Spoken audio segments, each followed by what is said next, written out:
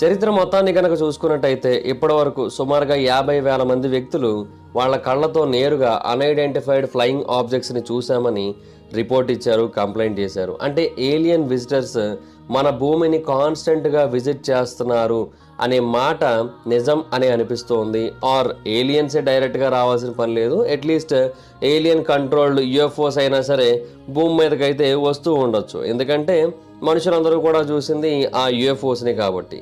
బేసిక్గా ఇది వినడానికి ఏదో సైన్స్ ఫిక్షన్ సినిమాకి సంబంధించిన ఇంట్రోలో అనిపిస్తూ ఉండొచ్చు, బట్ కాదు.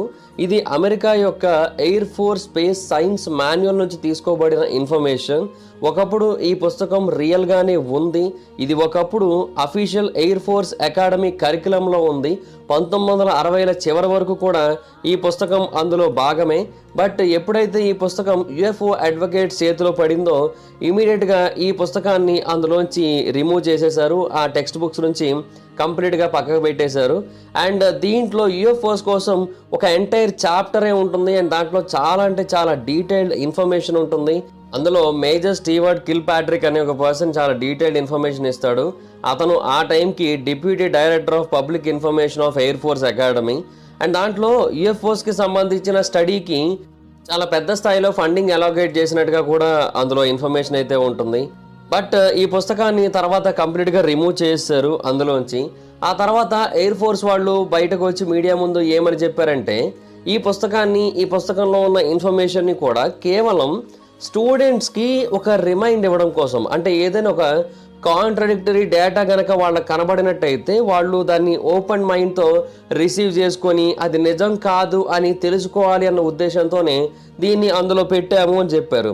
బట్ అది నిజమని ఎవరు నమ్మలేదు. అంటే ఇది ఒక థాట్ ఎక్స్పెరిమెంట్ అని చెబుతున్నారు, కానీ మరి అందులో 50,000 విట్నెస్లకు సంబంధించిన ఇన్ఫర్మేషన్ ఎందుకు పొందుపరిచారనే దానికి ఎవరి దగ్గర కూడా సమాధానం అయితే లేదు. అండ్ ఇంకొకటి, ఈ ఎయిర్ ఫోర్స్ అకాడమీ అనేది అమెరికాలో ఉన్న ఎంతోమంది మగవాళ్ళకి కావచ్చు, ఆడవాళ్ళకి కావచ్చు, జనరల్స్గా మారడానికి లేదంటే హై ర్యాంకింగ్ నేషనల్ డిఫెన్స్ అఫీషియల్స్గా మారడానికి కూడా ఒక స్టార్టింగ్ పాయింట్ లాంటిది. సో అలాంటి చోట ఇలాంటి ఒక స్పెసిఫిక్ ఎగ్జాంపుల్ పెట్టాల్సిన అవసరం ఏముంది? సో మొత్తం యూఎఫ్ఓ ఫెనోమెనా గురించి వాళ్ళందరూ తెలుసుకోవాల్సిన అవసరం ఏముంది? సో ఇది చాలా రకాల క్వశ్చన్స్ అయితే రైజ్ చేస్తోంది.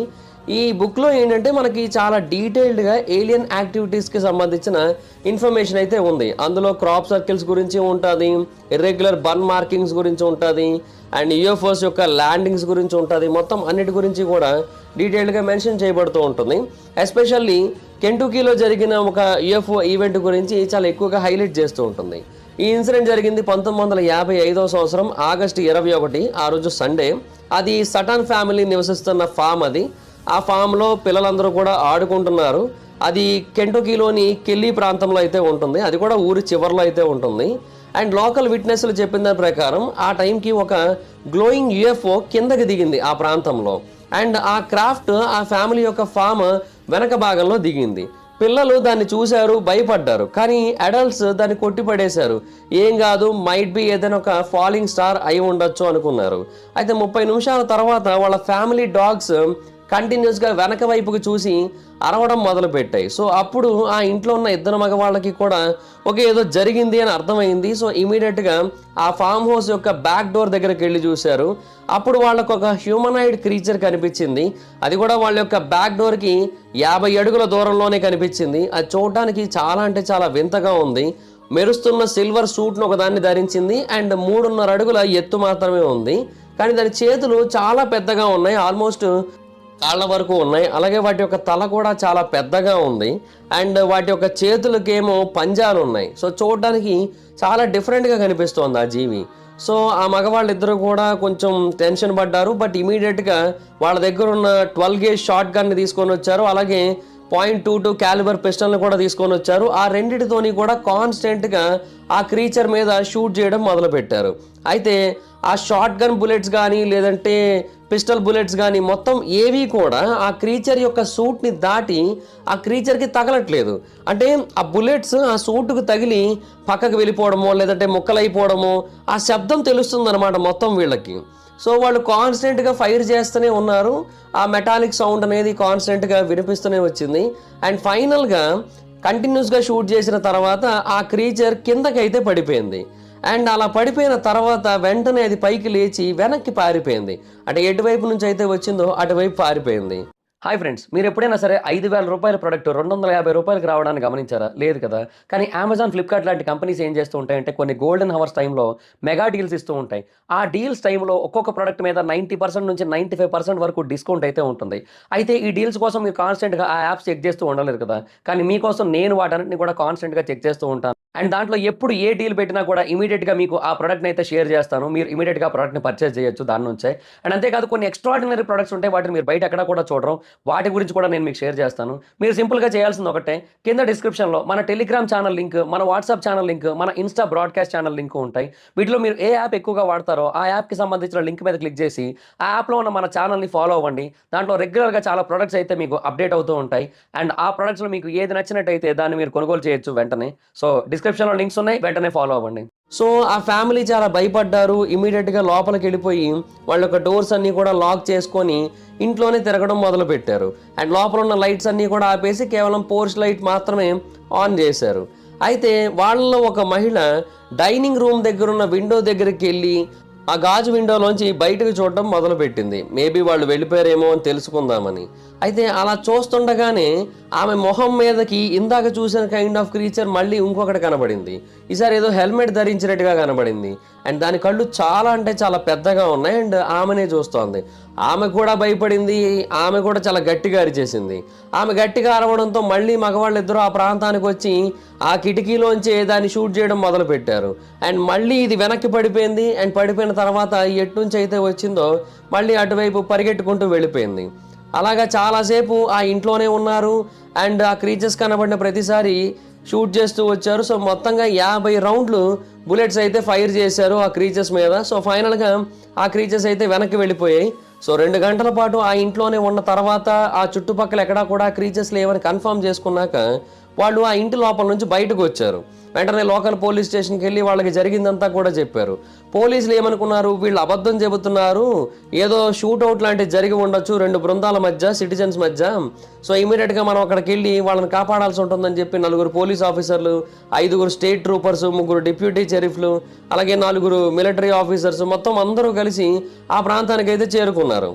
అండ్ ఫైనల్గా అక్కడికి వెళ్ళి చూస్తే వాళ్ళకి అక్కడ ఎవరూ కనబడలేదు. అంటే గాయపడినట్టుగా కానీ ఏమీ కనబడలేదు. కానీ బుల్లెట్ మార్క్స్ అయితే మాత్రం చాలా స్పష్టంగా కనబడుతున్నాయి. గన్ ఫైర్ జరిగిందని ఎవిడెన్స్ చాలా కాన్స్టెంట్గా దొరుకుతూనే వచ్చింది మొత్తం ఆ ప్రాంతం అంతా కూడా. అండ్ విండోస్ మీద ఉన్న హోల్స్, డోర్ స్క్రీన్స్ మీద ఉన్న హోల్స్ మొత్తం అన్నీ కూడా వాళ్ళకి కనబడి ఓకే ఆ ప్రాంతంలో వీళ్ళు షూటింగ్ అయితే చేశారు. అండ్ ఎవరి మీద చేశారో మనకి ఇక్కడ ఏం కనబడట్లేదు అని చెప్పి వాళ్ళకి ఏం అర్థం కాక వాళ్ళు మళ్ళీ అక్కడ నుంచి వెళ్ళిపోయారు. అయితే ఏలియన్స్ ఏవీ లేవు కదా అని చెప్పి ఆ ఫ్యామిలీ వాళ్ళు మళ్ళీ కొంతసేపటి వరకు బాగానే ఉన్నారు. మళ్ళీ కొద్దిసేపటి తర్వాత ఆ ఏలియన్స్ కనబడ్డాయి వాళ్ళకి. సుమారుగా 3 గంటల 30 నిమిషాల టైంలో మళ్ళీ ఆ ప్రాంతానికి ఆ ఏలియన్స్ అయితే వచ్చాయి. సో ఇంకా ఆ సుటన్స్ ఫ్యామిలీ చేసేదేమీ లేక ఆ ఇంటిలో ఉండడానికి భయపడిపోయి ఇమీడియట్గా వాళ్ళ యొక్క లగేజ్ మొత్తాన్ని కూడా ప్యాక్ చేసుకొని వాళ్ళ యొక్క కారులో అక్కడ నుంచి చాలా దూరంగా వెళ్ళిపోయారు. అండ్ వాళ్ళు వెళ్ళిపోయే టైంకి కూడా ఒక క్రీచర్ వాళ్ళని కాన్స్టెంట్గా నోటీస్ చేస్తూనే ఉందని కొంతమంది లోకల్ పీపుల్ కూడా చెప్పారు. అయితే అలా వెళ్ళిపోయిన వాళ్ళు మళ్ళీ తిరిగి ఇంటికి అయితే రాలేదు. అండ్ ఆ ఇంటిని తర్వాత అమ్మేశారు కూడా. అంటే అంతలా భయపడ్డారు, అందుకే ఆ ఇంటిని అమ్మేసి అక్కడ నుంచి కంప్లీట్గా వెళ్ళిపోయారు. తర్వాత పోలీస్ అఫీషియల్స్ చెప్పింది ఏంటంటే ఈ ఇన్సిడెంట్లో ఎక్కడా కూడా ఆల్కహాల్ అనేది ఇన్వాల్వ్ అవ్వలేదు. అండ్ ఆల్కహాల్ ఇన్వాల్వ్ అయినట్టుగా ఎలాంటి ఎవిడెన్స్ కూడా దొరకలేదని చెప్పారు. బట్ కొంతమంది క్రిటిక్స్ ఉంటారు, లైక్ రాడ్నీ స్మాల్స్ కానీ లేదంటే స్కాట్ లిలెన్ఫెల్డ్ కానీ, వీళ్ళంతా కూడా ఏమని చెప్పారంటే లేదు వాళ్ళు తాగేసి ఉన్నారు, అందుకనే వాళ్ళకి అలా కనిపించింది అంతే, ఇంకేమీ లేదని చెప్పారు. అఫ్ కోర్స్ ఎవిడెన్స్ లేకపోయినా కూడా వీళ్ళ పని అది, సో అలా చెప్తూ ఉంటారు. అండ్ కొంతమంది స్కెప్టికల్ పీపుల్ ఏమని చెప్పారంటే మైట్ బీ వాళ్ళు ఈగిల్ ఓవల్స్ని కానీ లేదంటే గ్రేట్ హార్న్ ఓవల్స్ని కానీ చూసి ఇలాగా తప్పుగా అర్థం చేసుకొని ఉండొచ్చు, ఆర్ రాంగ్గా చూసి ఉండొచ్చు అని అభిప్రాయపడుతున్నాను. ఎందుకంటే వాటి కళ్ళు కూడా చాలా పెద్దగా ఉంటాయి అండ్ వాటి యొక్క బిహేవియర్ కూడా కొంచెం ఇలాగే ఉంటుంది. బట్ బుల్లెట్స్ షూట్ చేసినా కూడా ఏమీ కాకపోవడం అనేది సర్ప్రైజింగ్ విషయమే కదా. అండ్ ఇంకొకటి ఏంటంటే వాళ్ళు నిజంగా ఒక భయంకరమైన ఏలియన్ని చూడకపోయినట్టయితే వాళ్ళు ఆ ఇంటిని వదిలేసి మళ్ళీ తిరిగి ఆ ప్రాంతానికి రానంతలాగా ఎందుకు అని భయపడతారు. సో అది ఖచ్చితంగా కొంచెం కన్సిడర్ చేయాల్సిన పాయింటే కదా. అండ్ రెండోది ఏంటంటే వాళ్ళ ప్రాంతంలో సుమారుగా 20 ఏళ్ళుగా ఉంటున్నారు. సో 20 ఏళ్ళుగా ఆ ప్రాంతంలో నివసిస్తున్న వాళ్ళకి ఓవెల్స్కి ఏలియన్స్కి తేడా తెలియదా అంటే ఖచ్చితంగా తెలుస్తుంది. అండ్ 2 గంటల పాటు షూట్అవుట్ కూడా జరిగింది. ఇన్ని జరిగిన తర్వాత వాళ్ళు ఆ ప్రాంతం నుంచి వెళ్ళిపోయారు. సో ఖచ్చితంగా అది ఓవెల్స్ పని అయితే కాదు. డెఫినెట్గా అక్కడ ఏదో జరిగింది అండ్ అది ఖచ్చితంగా ఏలియన్సే అనేది చాలామంది నమ్ముతూ ఉంటారు. సో ఈ ఏలియన్ విజిటర్స్ భూమి మీద ఎప్పటి నుంచో తిరుగుతున్నారు. కాకపోతే ఆ డేటా అనేది మనకి ఎగ్జాక్ట్గా పర్ఫెక్ట్గా దొరకట్లేదు ఇప్పటి వరకు కూడా. కొంతమంది ఒక నమ్మకం ఏంటంటే భూమి మీద ఇప్పటికే 3-4 గ్రూప్స్ ఆఫ్ ఏలియన్స్ ఉన్నారు. అంటే రకరకాల కైండ్ ఆఫ్ ఏలియన్స్ ఇప్పటికే భూమి మీద నివసిస్తున్నారు అని అయితే నమ్ముతూ ఉంటారు. అండ్ భూమిని ఎప్పటికప్పుడు కాన్స్టెంట్గా మానిటర్ చేస్తూ ఉన్నారు వేరు వేరు టెక్నాలజీస్ని ఉపయోగించి అని కూడా కొంతమంది అభిప్రాయపడుతూ ఉంటారు. అయితే 1960ల చివరిలో ఆ పుస్తకాన్ని కంప్లీట్గా కరికులం నుంచి తీసేసిన తర్వాత కొన్నాళ్ళకి వాళ్ళు ఇంకొక చాప్టర్ని అయితే యాడ్ చేశారు. దాంట్లో air force project blue book గురించి అయితే మెన్షన్ చేశారు. బట్ దాంట్లో కూడా కంప్లీట్గా ఆపోజిట్ ఇన్ఫర్మేషన్స్ అయితే ఉంటాయి.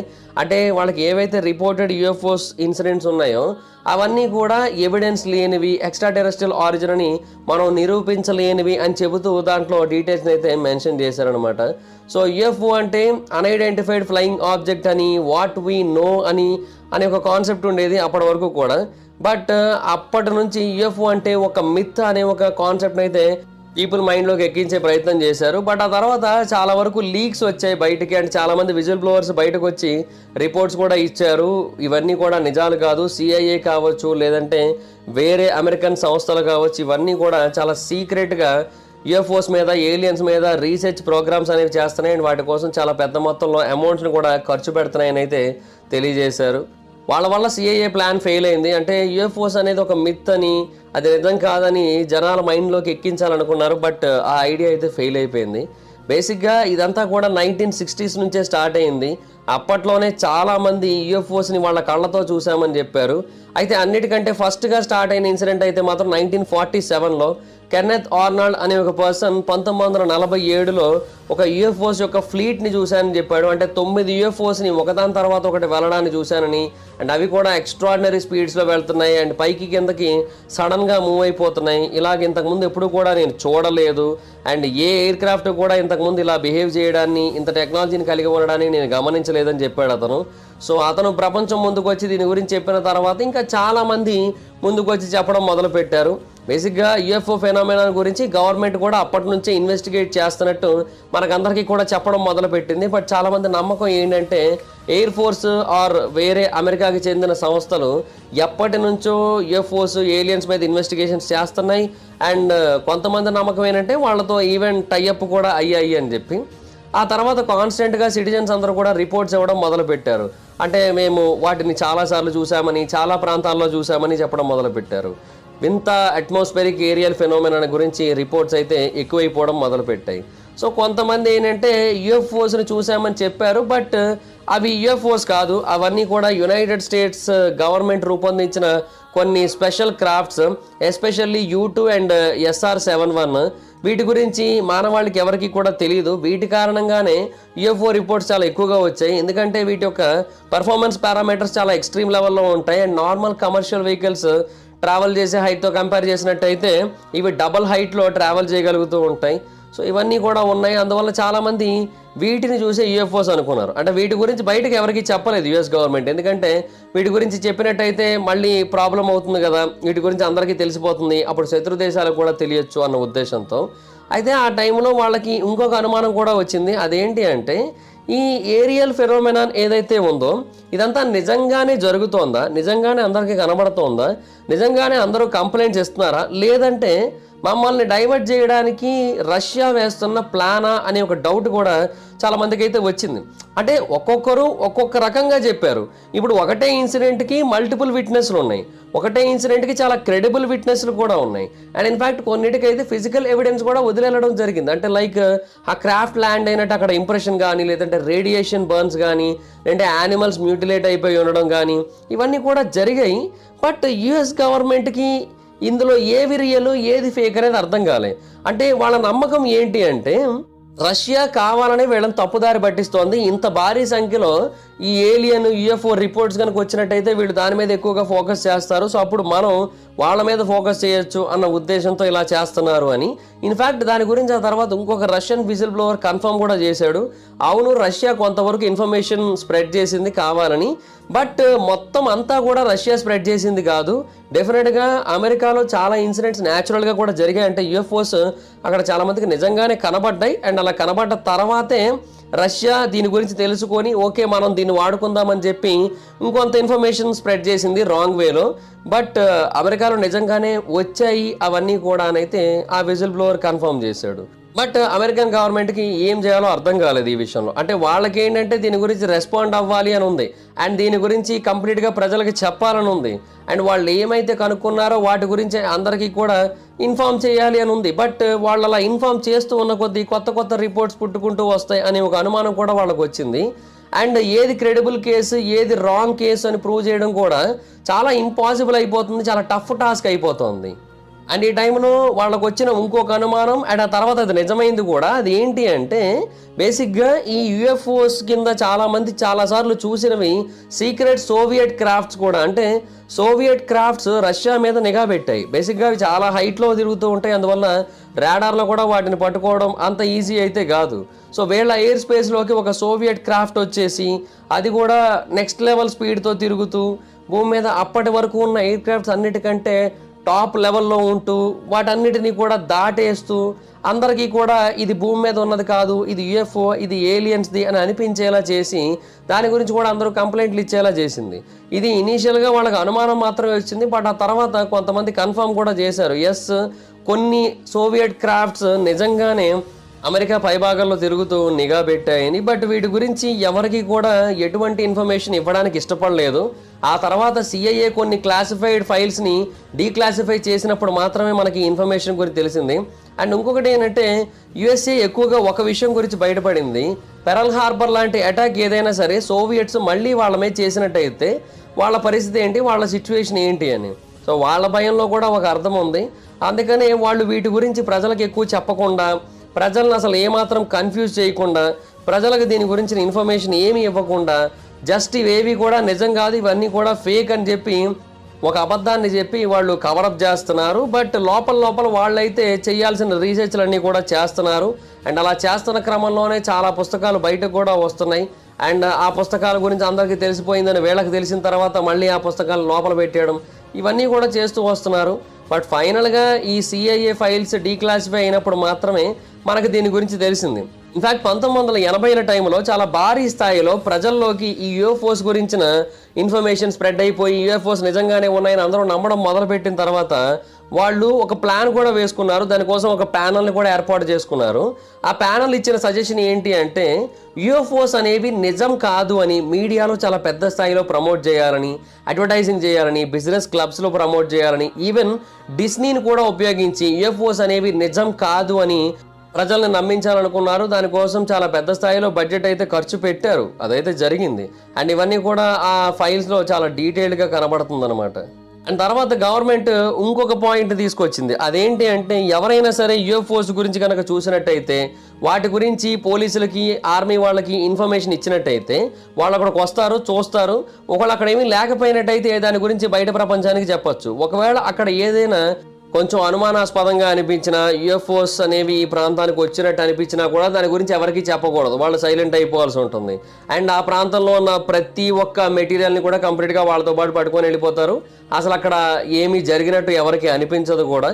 అంటే వీటి గురించి ఎవరికి చెప్పకూడదు అనుకున్నారు, ఎందుకంటే చెప్పినట్టయితే మళ్ళీ దీని గురించి డిస్కషన్స్ అవుతాయి, ఇవన్నీ అవసరమా అని అనుకున్నారు. అందుకనే చాలా యూఎఫ్ఓ క్రాష్ ఇన్సిడెంట్స్ని వెదర్ బెలూన్స్ అని చెప్పేసి అవన్నీ రోమర్స్ అని కొట్టిపడేసి ఇలాగ టాపిక్ మొత్తాన్ని కూడా డైవర్ట్ చేసే ప్రయత్నం చేశారు.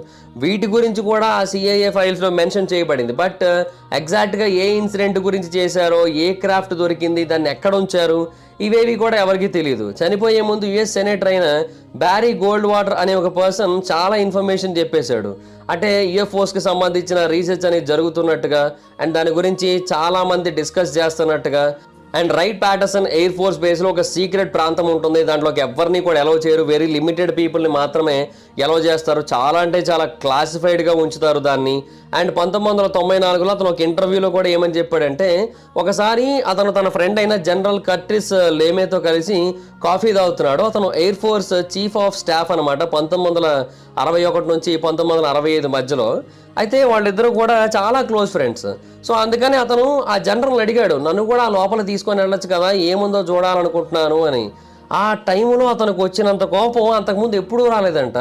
అతను చాలా సీరియస్గా తిట్టేసి, ఇంకొకసారి ఈ క్వశ్చన్ నన్ను అడిగేటట్టయితే నీ మొహం కూడా నాకు చూపించుకొని సీరియస్గా తిట్టేసి అక్కడ నుంచి వెళ్ళిపోయాడంట. సో అక్కడ ఏదో జరుగుతోంది, అందుకని అంత కోపం వచ్చింది అతనికి, లేదంటే రాకపోను అని కూడా అతనైతే తెలియజేశాడు. సో ఈ యానిమల్ మ్యూటిలేషన్ రిలేటెడ్ ఇన్సిడెంట్స్ని కూడా చాలాసార్లు వేరే యానిమల్స్కి ఆపాదించేసి, యానిమల్స్ ఇలా చేసాయని వాటిని క్లోజ్ చేశారు. బట్ అది నిజం కాదు, అవి ఒక మిస్టీరియస్ ఫెనోమెనాన్ కారణంగానే అలా జరిగింది అని ఆ తర్వాత రిపోర్ట్స్లో ఇచ్చారు. ఆ రిపోర్ట్స్ ఆ తర్వాత బయటపడ్డాయి. అండ్ సదరన్ కాంగో దగ్గర 2 ఫీరీ డిస్ యురేనియం మైన్స్ మీదుగా ఎగరడాన్ని అయితే చాలామంది నోటీస్ చేశారు. ఇన్ఫ్యాక్ట్ గవర్నమెంట్ అఫీషియల్స్ కూడా నోటీస్ చేశారు. బట్ దాని గురించి ఎవరికి చెప్పకూడదు అని అయితే నిర్ణయించుకున్నారు. ఇలాగా 1 కాదు 2 కాదు కొన్ని వందల ఇన్సిడెంట్స్ నిజంగానే జరిగాయి. అండ్ వాటి గురించి వాళ్ళు సిఐఏ రిపోర్ట్స్లో మెన్షన్ చేశారు. బట్ ఇనీషియల్గా వాటి గురించి ఎవరికి కూడా చెప్పలేదు. బట్ తర్వాత ఎప్పుడైతే ఈ ఫైల్స్ డీక్లాసిఫై అయ్యో అప్పుడు మనకు తెలిసింది. అండ్ అదైనా ఎలా తెలిసిందంటే, కొంత ఇన్ఫర్మేషన్ బయటకు లీక్ అయిపోయి కొంతమంది విజిల్ బ్లోవర్స్ బయటకు వచ్చి చెప్పడం వల్ల ఈ air force secret research programmes గురించి అందరికీ తెలిసింది. అండ్ వాళ్ళు ఎంతెంత బడ్జెట్స్ పెడుతున్నారో కూడా తెలిసింది. సో ఆ టైంలో మాత్రమే ఇంకా వాళ్ళు బయటకు వచ్చి వీటి గురించి ప్రపంచానికి తెలియజేశారు. లేదంటే చెప్పకపోనేమో అప్పుడు కూడా వాళ్ళు. అండ్ స్కిన్ వాకర్ రాంచ్ గురించి కావచ్చు, లేదంటే వేరే ప్రాంతాల గురించి కావచ్చు, చాలా భారీ స్థాయిలోనే రీసెర్చ్లు అయితే చేశారు. ప్రైవేట్గా పబ్లిక్గా అందరూ కలిపి చేశారు. గవర్నమెంట్ ఎంతోమంది ప్రైవేట్ పీపుల్తో కలిపి మరి రీసెర్చ్లు అయితే చేయించింది. ఎస్పెషల్లీ రాబర్ట్ బిగ్లో అనే ఒక మిలీనియర్ చాలా డబ్బుని ఖర్చు పెట్టి యూఎఫ్ఓస్ మీద రీసెర్చ్లు చేయించాడు. అయితే అతనికి పెంటగాన్తో కూడా కనెక్షన్ ఉంది. అండ్ అతను ఇచ్చిన ఇన్ఫర్మేషన్ ఏదైతే ఉందో దాన్ని పెంటగాన్ అప్రూవ్ కూడా చేసింది. ఇవన్నీ కూడా ఆ ఫైల్స్లో ఉన్నాయి. ఇవన్నీ కూడా యాక్చువల్గా 2017లో బయటపడ్డాయి. ఆ తర్వాత మనకి ఈ విషయం అంతా కూడా కాన్స్టెంట్గా తెలుస్తూ వచ్చిందనమాట. సో అలాగా సిఐఏ క్లాసిఫై చేసిన ఫైల్స్ ఇంకెన్నో ఉన్నాయి. వాళ్ళు కేవలం కొన్నింటిని మాత్రమే బయటికి డీక్లాసిఫై చేశారు. ఇంకెన్నో లోపల ఎవరికంటా పడకుండా చాలా జాగ్రత్తగా దాచబడి ఉన్నాయి. బాలకృష్ణ గారితో డైలాగ్ ఉంటుంది కదా, చాలా ఉన్నాయి లోపల దాచాం, కుప్పలు కుప్పలుగా దాచాం అంటారు కదా, అలాగే అవన్నీ కూడా దాచారనమాట.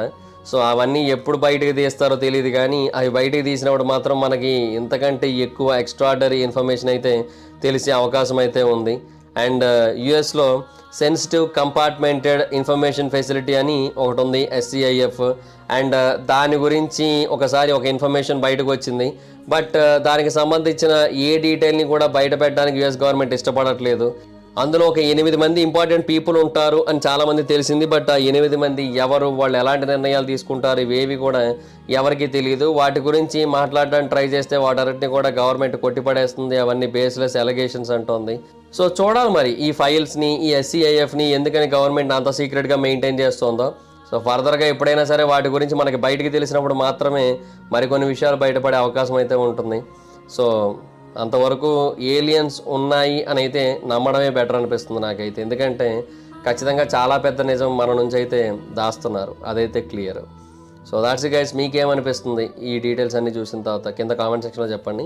So that's guys, this is the video కనుక మీకు నచ్చినట్టయితే లైక్ చేయండి, వీడియో షేర్ చేయండి. ఇప్పుడు కారణం మన ఛానల్ సబ్స్క్రైబ్ చేసుకోకపోతే ఇప్పుడే సబ్స్క్రైబ్ చేసుకోండి. పక్కన బెల్ ఐకాన్ ఆల్లో పెట్టుకోండి, నా ఫర్దర్ వీడియోస్ మిస్ అవ్వకుండా చూడొచ్చు. చాలా మంది చూస్తున్నారు కానీ సబ్స్క్రైబ్ చేసుకోవట్లేదు. So please try to subscribe like the bell icon also. నా ఇన్స్టాగ్రామ్ ఐడి జబర్దస్త్ మైదర్, ఎక్కడ వచ్చి ఫాలో అవ్వచ్చు. Thank you so much guys, బాబాయ్. మీడియో next video, bye. Hi friends, మీరు ఎప్పుడైనా సరే 5,000 రూపాయల ప్రోడక్ట్ 250 రూపాయలకి రావడానికి గమనించారా? లేదు కదా. కానీ అమెజాన్, ఫ్లిప్కార్ట్ లాంటి కంపెనీస్ ఏం చేస్తూ ఉంటాయంటే కొన్ని గోల్డెన్ హవర్స్ టైంలో మెగా డీల్స్ ఇస్తూ ఉంటాయి. ఆ డీల్స్ టైంలో ఒక్కొక్క ప్రోడక్ట్ మీద 90% నుంచి 95% వరకు డిస్కౌంట్ అయితే ఉంటుంది. అయితే ఈ డీల్స్ కోసం మీరు కాన్స్టెంట్గా ఆ యాప్స్ చెక్ చేస్తూ ఉండలేదు కదా. కానీ మీకోసం నేను వాటన్నిటిని కూడా కాన్స్టెంట్గా చెక్ చేస్తూ ఉంటాను. అండ్ దాంట్లో ఎప్పుడు ఏ డీల్ పెట్టినా కూడా ఇమీడియట్గా మీకు ఆ ప్రోడక్ట్ని అయితే షేర్ చేస్తాను. మీరు ఇమీడియట్గా ఆ ప్రోడక్ట్ని పర్చేస్ చేయొచ్చు దాని నుంచే. అండ్ అంతేకాదు కొన్ని ఎక్స్ట్రాడినరీ ప్రొడక్ట్స్ ఉంటాయి, వాటిని మీరు బయట ఎక్కడ కూడా చూడరు. వాటి గురించి కూడా నేను మీకు షేర్ చేస్తాను. మీరు సింపుల్గా చేయాల్సింది ఒకటే, కింద డిస్క్రిప్షన్లో మన టెలిగ్రామ్ ఛానల్ లింక్, మన వాట్సాప్ ఛానల్ లింక్, మన ఇన్స్టా బ్రాడ్కాస్ట్ ఛానల్ లింక్ ఉంటాయి. వీటిలో మీరు ఏ యాప్ ఎక్కువగా వాడతారో ఆ యాప్కి సంబంధించిన లింక్ మీద క్లిక్ చేసి ఆ యాప్లో ఉన్న మన ఛానల్ని ఫాలో అవ్వండి. దాంట్లో రెగ్యులర్గా చాలా ప్రొడక్ట్స్ అయితే మీకు అప్డేట్ అవుతూ ఉంటాయి. అండ్ ఆ ప్రొడక్ట్స్లో మీకు ఏది నచ్చినట్టయితే దాన్ని మీరు కొనుగోలు చేయొచ్చు వెంటనే. సో డిస్క్రిప్షన్లో లింక్స్ ఉన్నాయి, వెంటనే ఫాలో అవ్వండి.